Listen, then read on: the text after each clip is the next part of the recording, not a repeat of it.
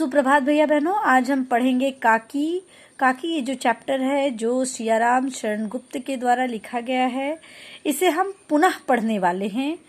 क्यों पुनः पढ़ने वाले हैं? क्योंकि अब तक मैंने आप लोगों को बिल्कुल सारांश रूप में बताया था।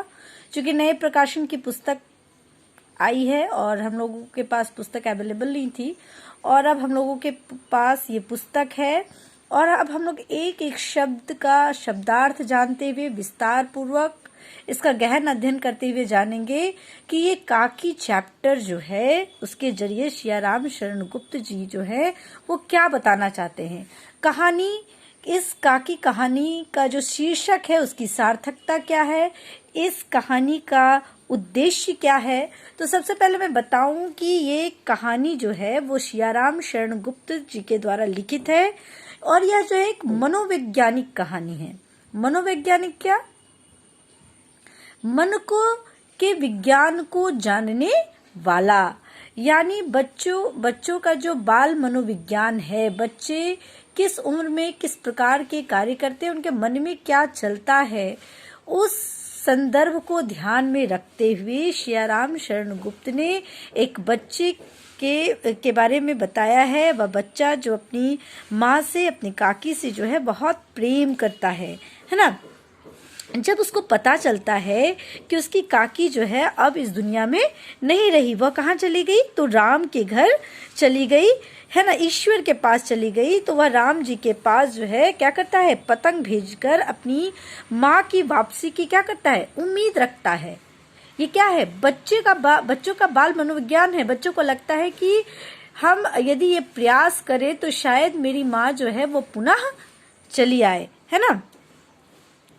और इस प्रकार बाल मनोविज्ञान को दर्शाना और बच्चों का अपनी माँ से जो गहन प्रेम है, जो ममता का भाव है, उसको उजागर करना ही कहानी का जो है ये क्या है? उद्देश्य है।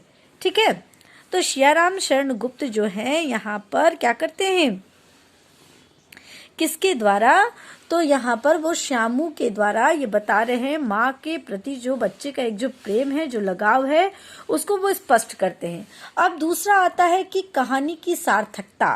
किसी भी कहानी का जो शीर्षक है वो उस कहानी की सार्थकता होती है, उसका केंद्र बिंदु होता है।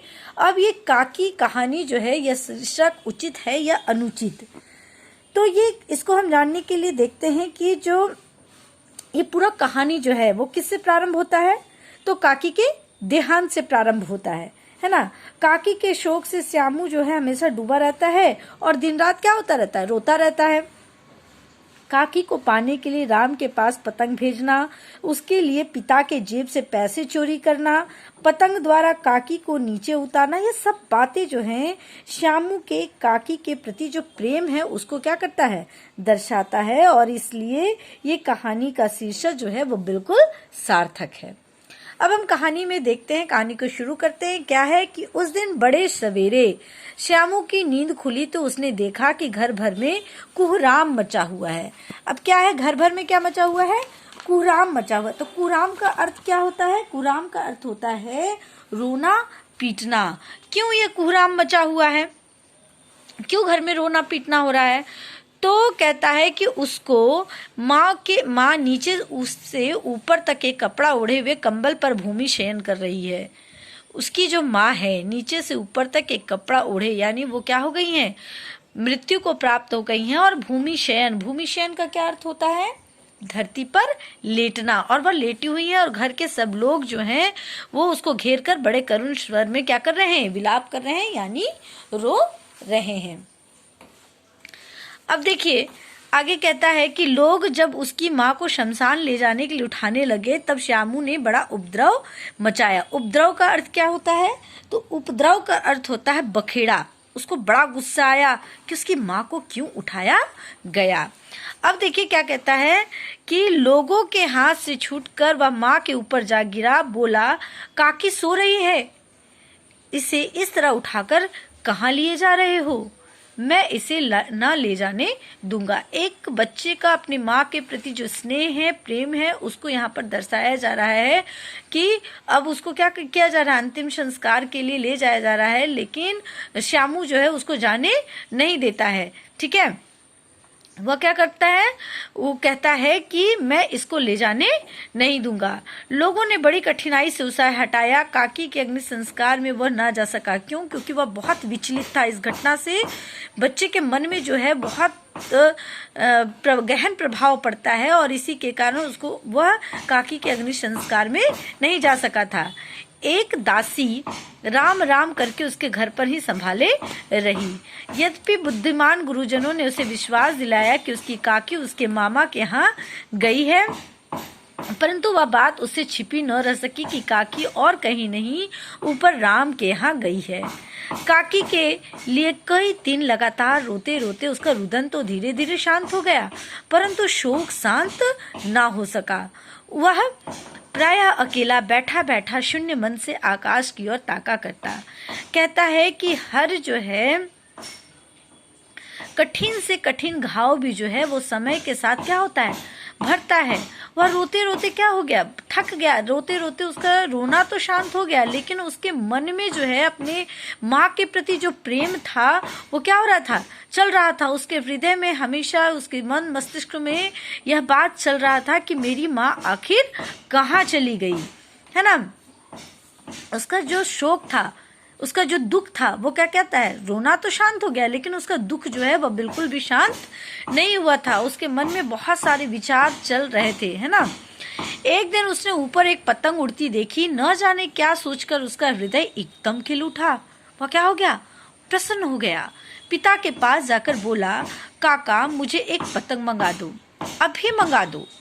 पत्नी की मृत्यु के बाद से विश्वर बहुत अनमने से रहते थे। अनमने, अनमने का अर्थ क्या होता है, बेमन से, है ना। अच्छा मंगा दूंगा कहकर वह उदास भाव से और कहीं चले गए।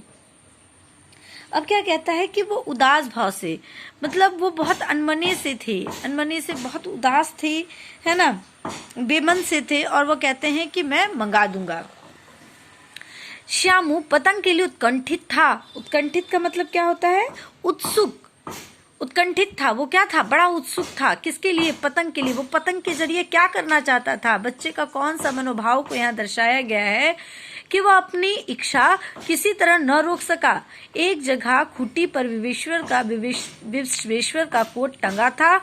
इधर उधर देखकर उसके पास एक स्टूल सरका कर रखा और ऊपर चढ़कर कोट को की जेब टटोली। एक चवन्नी पाकर वह तुरंत वहां से भाग गया।